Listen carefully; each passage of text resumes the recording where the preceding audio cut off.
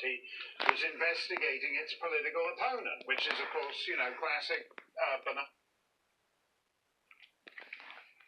is to reverse engineer an explanation as to why the governing party was investigating its political opponent, which is, of course, classic banana republic stuff. And as you say, the Russia collusion stuff was baked into the pie back in 2016. It isn't going anywhere, so they've now added this new wrinkle to it, which is that they were fearful that Trump, as the big loser, would not accept the result of the election. In fact, I think this is nonsense. They weren't worried about Trump losing. They were worried about him winning. But the point is they're trying to construct a narrative that explains why the ruling party were investigating the opposition. But I wonder, what would that have looked like? Republics. So, how radical would Trump have gotten? If he had lost, would he have, say, written a book blaming everyone else but himself for his loss? Would he traveled the country for 2 years giving speeches, again, calling everyone who was against him a racist and calling the country stupid? Yes. Would he have gone that far?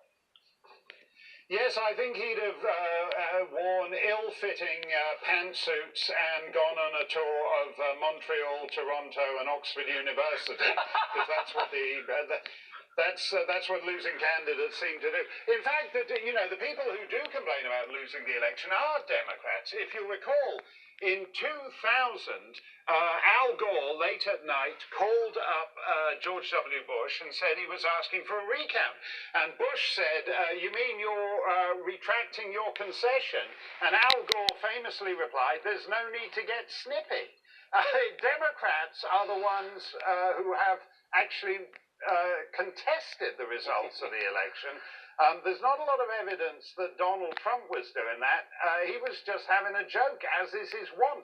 And what's actually disturbing to me, because this is another sign of totalitarian societies, is when Trump makes an obvious joke like, hey, Vladimir Putin, if you're watching, maybe you could cough up those emails of Hillary's you've got. When he makes an obvious joke, intelligence agencies then say, oh, we need to investigate Trump's joke.